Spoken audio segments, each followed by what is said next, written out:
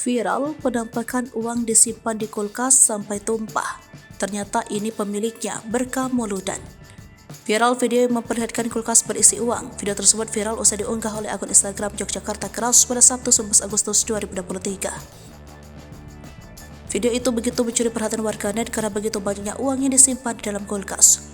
Setelah ditelusuri, ternyata video tersebut diambil oleh seorang warga Kecamatan Purwosari, Kabupaten Pasuruan, Provinsi Jawa Timur.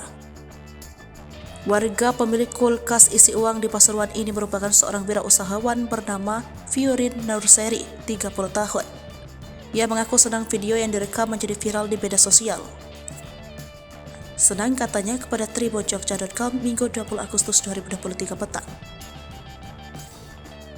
Ia bercerita bahwa lembaran uang tunai di dalam kulkas yang viral tersebut merupakan uang pribadinya, hasil berjualan buah.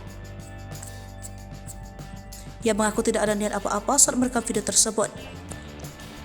Kata Fiorin, video kulkas isi uang dan uang bertaburan di lantai itu hanya direkam untuk dokumentasi pribadi saja. Ia bercerita bahwa uang dalam video tersebut merupakan hasil kerja kerasnya menjual buah-buahan di Pasuruan, Jatim.